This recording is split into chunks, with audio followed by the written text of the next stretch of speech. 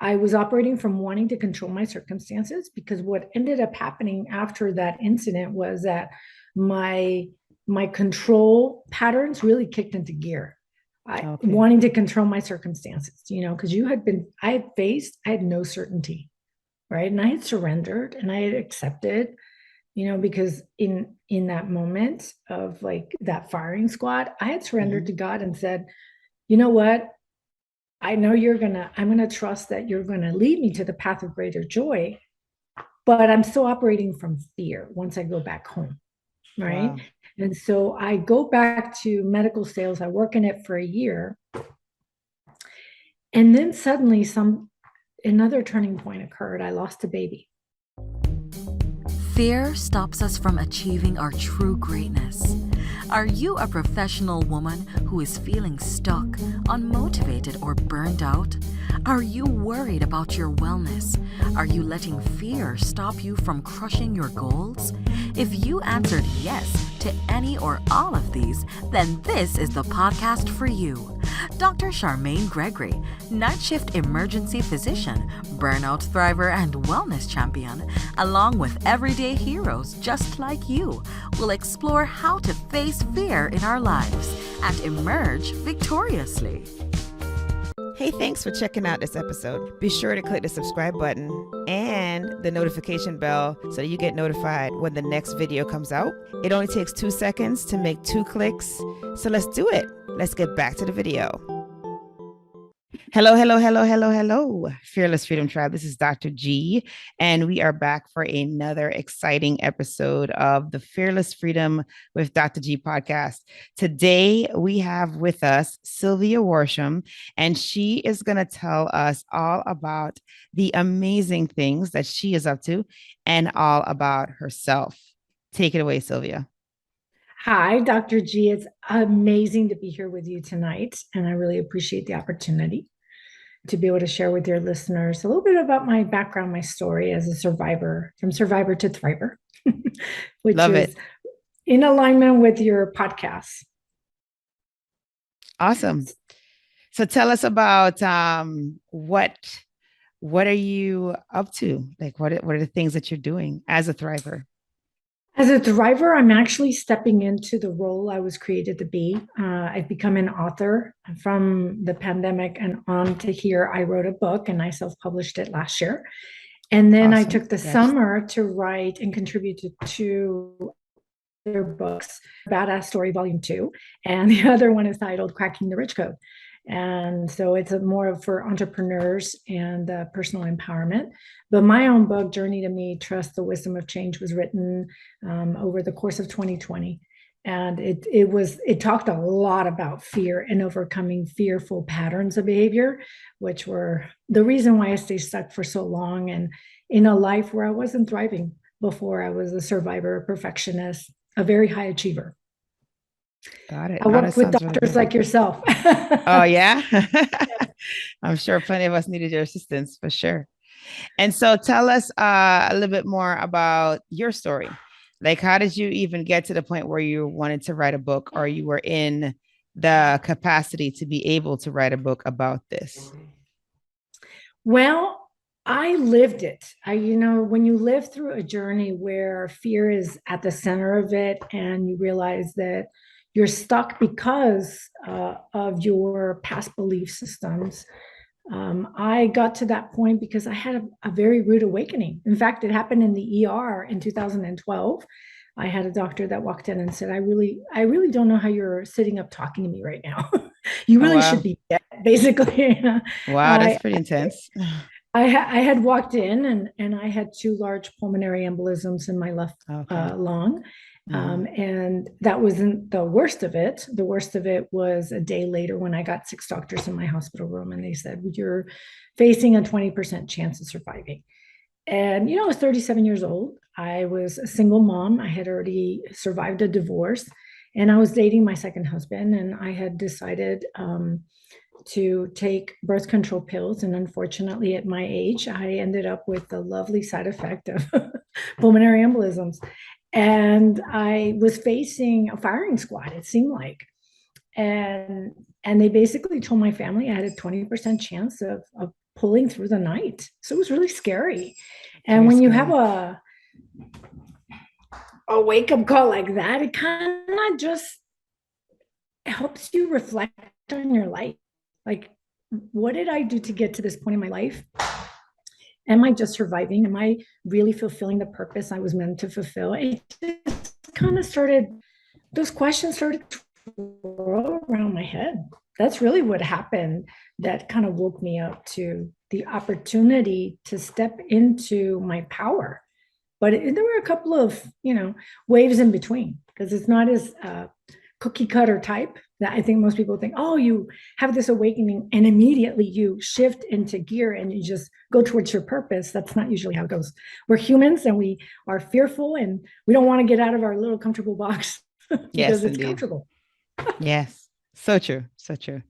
And so, you're sitting in this hospital bed, you are surrounded by what is perceived by you, which I could see why, as a firing squad almost, like they're standing around your bed and they're telling you this ominous prognosis, right? And then you had to, yes, there was an awakening. Yes, there was a pivotal point there, but there had to be an intense amount of fear that you felt. Yes. I was terrified.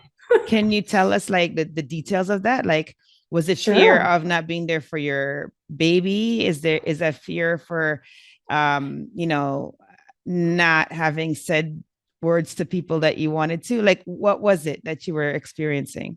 It was sheer terror, honestly. When you have doctors that won't even look you in the eye. And my mom was in the room, and my boyfriend, who eventually becomes my second husband, is in the room, right? And they're in shock. And I'm just sitting there thinking, okay, so what do we need to do next? Because, I come from an achiever background. So it's like, okay, I'm very goal oriented. But at the same time, my mind goes blank because they start going through the options. And when they get to death and they get to hemorrhagic stroke, with the stroke history in my family, I just sat there stunned, because here I am at 37 and my little boy had just left. He had just flown back home. We were in Houston, Texas, and I was in the big medical center. And I was afraid to go to sleep. In all honesty, I did not want to sleep that night. I wanted to stay awake because I didn't know if I was going to wake up.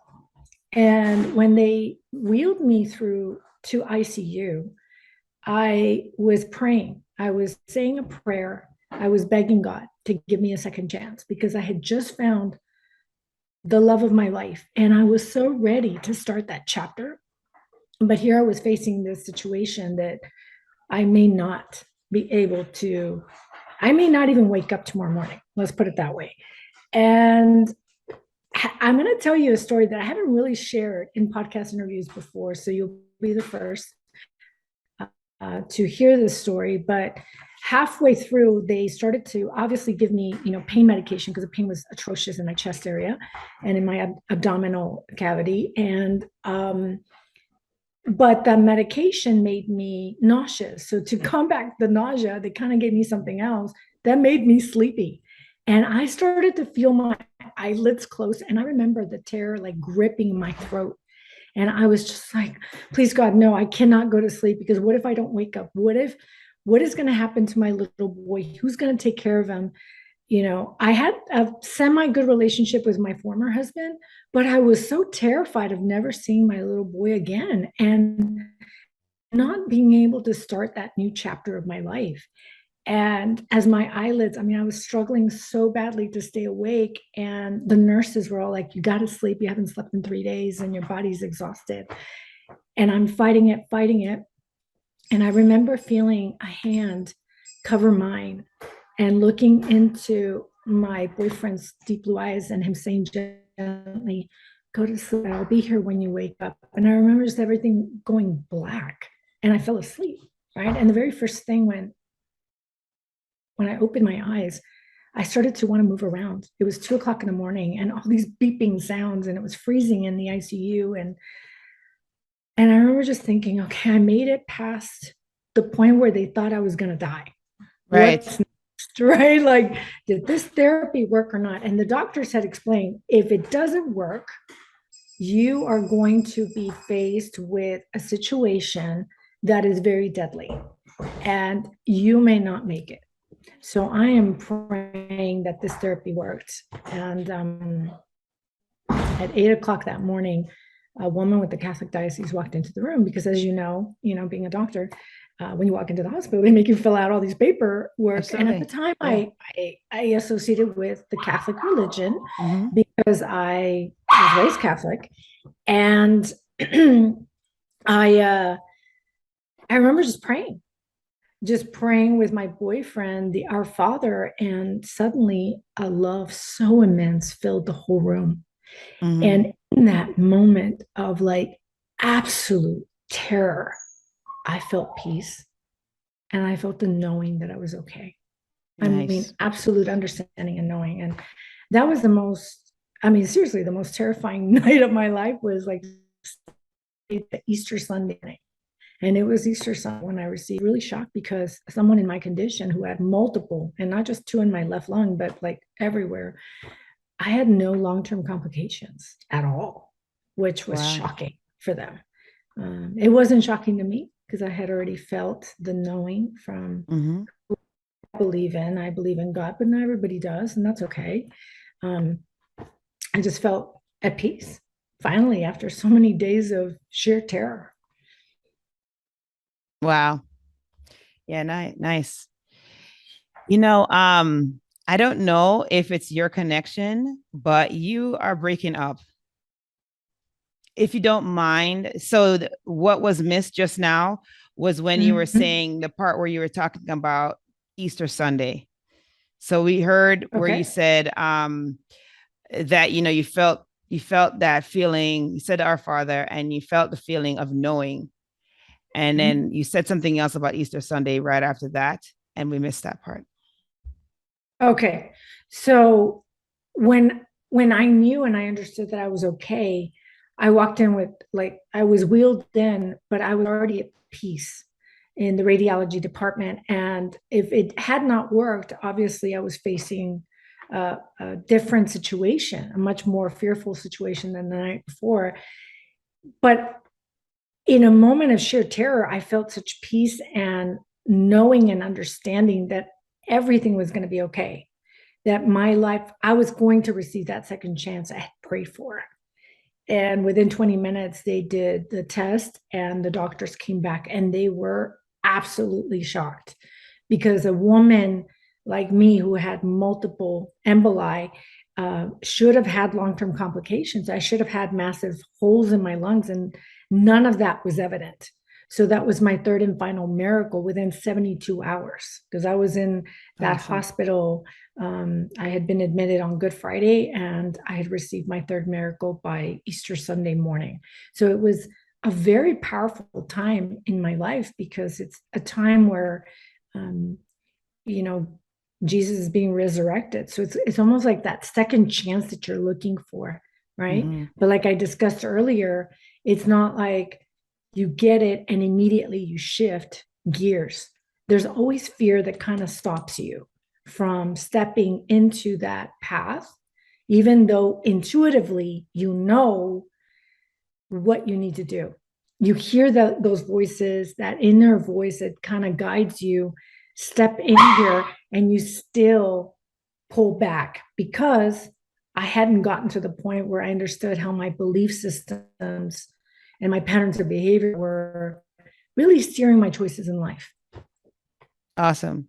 So, so you had a couple of things that helped you through this moment of fear. You had the support of loved ones. So you mentioned your mom was there when you got the initial diagnosis/prognosis. You mentioned that your significant other was holding your hand and encouraging you to rest because, he would be there for you. And then you also were able to tap into your spirituality, right? So you were able to draw power from that. And I think that's really important because, like when we are dealing with something as catastrophic as what you had to deal with, there is a great deal of fear associated with it, as you mentioned, and as you detailed. So I thank you for that. And, it's just like having a resource available to you, whether it might be from within. For some people it's from within. For other people it's a combination of things. It can be your inner strength, it can be the strength that you get from those that love you, it can be the strength that you get from your spiritual beliefs, but it's just having a pathway to help you to turn that fear into fuel, right? Because that's what you did. Because Yes. basically you said that you actually felt a feeling, like you had you described it as a feeling of knowing, right? And so you had that, which is extremely powerful. And that just took away that anvil of fear that you had on your shoulders or on your Yes. chest, and that's incredible. And I totally get, I see why that's a pivotal moment for you. And I totally get why people often will say, oh, you had, that epiphany, and, that was a thing that caused you to have radical change. But we all know that that is usually just the starting point, right? I mean, Yes. because radical change isn't really like really radical in the sense that it's time radical, right? It's usually you can have compressed time frames associated with it, but it will always take time for change to happen. So Yes. yeah, so thank you for sharing your story. That was really helpful for us to get an insight on how that came about. Hey, it's Dr. G, and I just wanted to take a quick moment to thank you for listening to this episode. I'm so honored to have you here with me. Did you know that I can help you to get your own podcast started? With my podcasting launch course for professionals, I walk you through everything you need to know about starting a podcast. I'm with you every step of the way, from sign up to launching your show, with 5 episodes ready to go. There's a done for you version that's also available. If you would just rather just do recordings and leave the behind the scenes work up to us, then that one is definitely for you. But either way, we've got your back here at Fearless Freedom with Dr. G. Oh, if you already have a show and you need production services, we have monthly plans available for you. So check out the links in the episode show notes for more information. Let's get back to the show.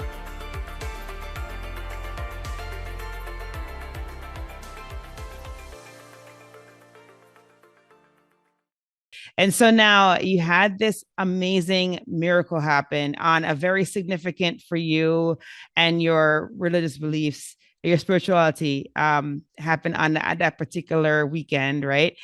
And then now what happens after that? Like what happens when you step out the doors and you are now back in your life and you see your boy again and you're back with your significant other and your family? Like what happens then? I went right back to my life, although I will say there was like a seed that had been planted in the hospital. And you know how it always kind of stays in the background. It's always just there, kind of prompting you like for action. But what I didn't know at the time, that now in reflection and I detailed in Journey to Me, was that I didn't understand how my belief systems were really steering my choices in life. And my belief system, and the reason why I ended up in corporate America and pharmaceutical sales, to be more precise, was because I did not feel enough. I did not feel enough. And I was a woman who had attached her worth to the size of her paycheck. So to step out of that corporate environment, I always used to say corporate environment was like the golden shackle, because it wanted to keep you working for them because they gave you the money and the significance that for someone who did not feel enough thought she needed, right? Gotcha. But it also made me reflect.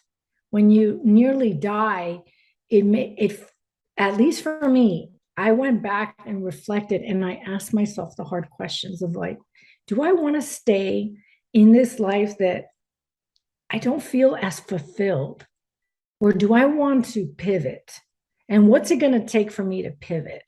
And yes, I saw my little boy, and it was the most heartwarming reunion. But I had to cover my arms up because I had been in the hospital for 2 weeks. I looked like a battered woman because All of of the bruising from the puncture, from the venipunctures. medication. Yeah, the Yeah. medication that I was on and would be on for the rest of the year. I had on Coumadin for the rest of the year, and it was really scary because here I was 37 years old, and I would walk and I would be out of breath. And I was like, it was so humbling to go back to that and to have to start all over again. But you do it now with your eyes wide open and really asking the hard questions. And within, let's say, a year of that incident, I had made the decision to move to Austin to marry my who would become my second husband. And I still stayed in that whole medical sales arena because I was still operating from fear, and I was operating from wanting to control my circumstances, because what ended up happening after that incident was that my my control patterns really kicked into gear. Wanting to control my circumstances, because I had no certainty, right? And I had surrendered and I had accepted, because in that moment of like that firing squad, I had surrendered to God and said, you know what? I'm gonna trust that you're gonna lead me to the path of greater joy, but I'm still operating from fear once I go back home, right? Wow. And so I go back to medical sales. I work in it for a year. And then suddenly another turning point occurred. I lost a baby. I had a miscarriage, and because my stress was so high with medical sales. And I finally got to a point where this isn't my life anymore.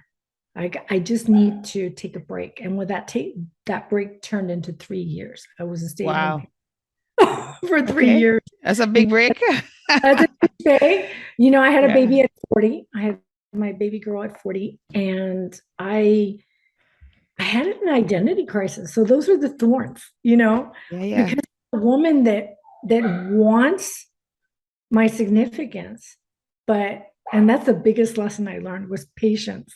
I'm not a patient person. Oh, gee. I don't know about you, but I was simply not a patient person. And that was huge for me. To really step back and say, wait for your answers. Your answers are going to come. You got to trust. You got to trust and accept that the path that you're on is the path you're meant to be on. To learn those lessons you need to learn to equip you for what's coming. Right. And then. Oh, yeah. Yeah. There's definitely for every test there's a testimony. That is for certain. Patience. And patience is one of them. It's a big one.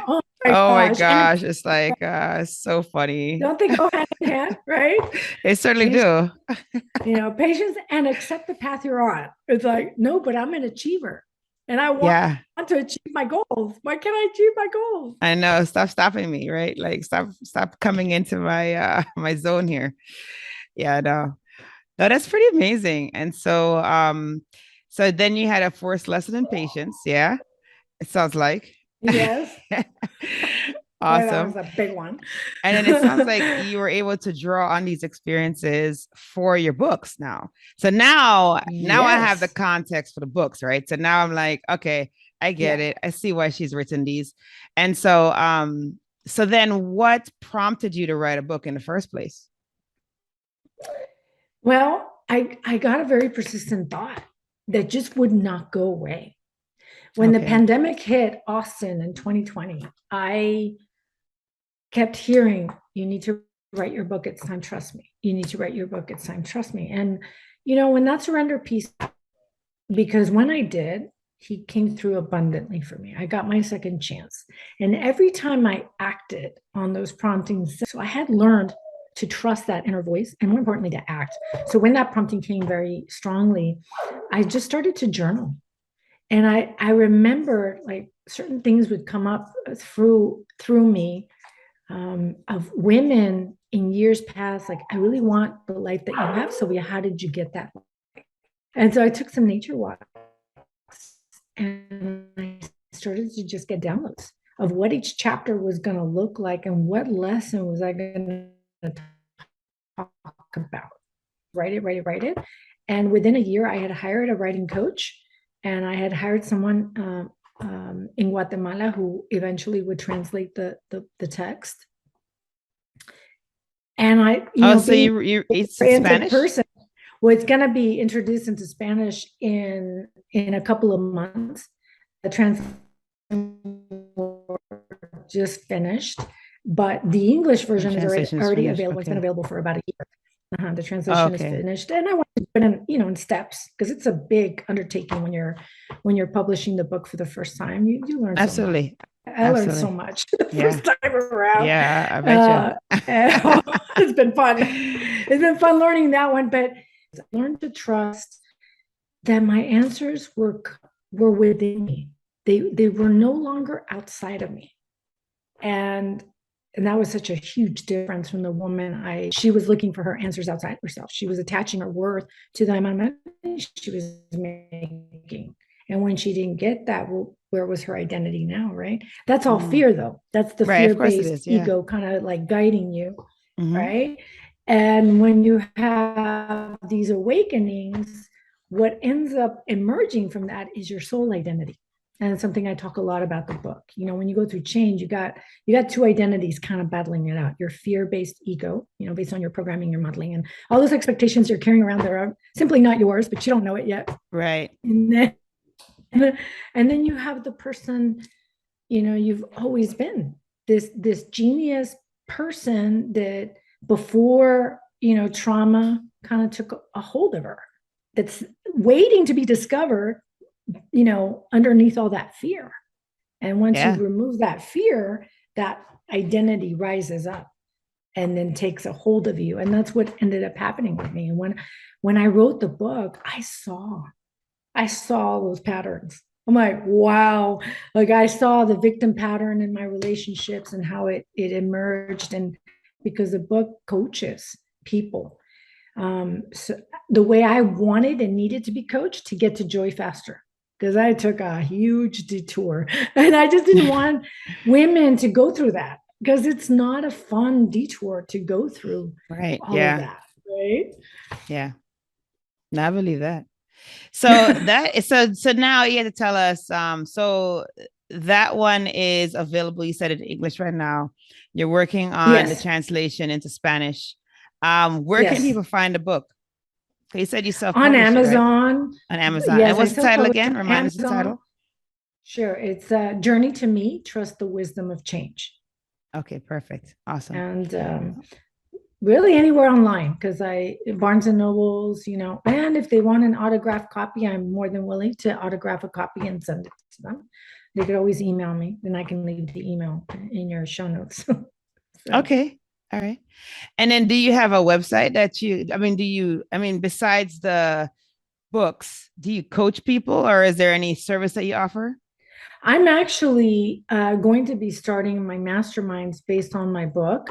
I'm titling them, interestingly enough, this is why I was so attracted to your podcast, Freedom from Fear. Oh, nice. you need that freedom from fear to be able to operate at your highest level. Absolutely. And these are masterminds that are usually 6 to 10 people. And that's what I'm currently working on, to get that available to people. Okay. And I do have one-on-one coaching, and I do speaking engagements where I can give like a synopsis of the blueprint I shared in the book on how to take a turning point and really kind of guide you towards your divine soul's purpose. And towards that identity that's just waiting to be discovered. No, that's great. That's great. Okay. And then what is the contact website then? SylviaWorsham.com. Okay. Do you mind spelling that out so people who are listening? SylviaWorsham.com. Perfect. Awesome. This has been such a fantastic conversation, and you have shared some incredible pearls with us. Really appreciate it. We're at that point in the show where we do a tradition called fill in the blanks. Are you ready? I'm ready. Okay, awesome. All right. So the first one is, if I am fearless, I will. If I'm fearless, I'm going to step into my power and be unstoppable. Love it. The next one is, to me, fearless freedom means. To me, fearless freedom means that I'm free to bring my light into the world at a very high level. To be free from fear means that I no longer, I operate and I become the person I was created to be. Love it. And then the last one is, my battle cry is. My battle cry is be unstoppable and dare to live out your purpose. Awesome. Awesome. Awesome. Awesome. Awesome. Thank you. Thank you. Thank you. And just let the audience know once again how they can get in contact with you and the title of the book that they can look for on Amazon. So my webpage is sylviaworsham.com. And I'm really available to be reached out to really on any social media site except TikTok. I'm not on TikTok, but I am on Clubhouse and Facebook and LinkedIn. That's the bulk of my work is on LinkedIn and all the recommendations. And the book is really available to be purchased anywhere online, Barnes and Nobles, any bookstore, independent bookstore can order it. The book is called Journey to Me, Trust the Wisdom of Change. Love it. Love it. Love it. Love it. Fantastic. Thank you. Thank you. Thank you, Sylvia. We appreciate you. And we know that you'll continue to face your fear and achieve incredible, incredible things. So thank you for your time. Yes. Thank you. Thank you for joining me on this episode of Fearless Freedom with Dr. G. Again, I'm Dr. G.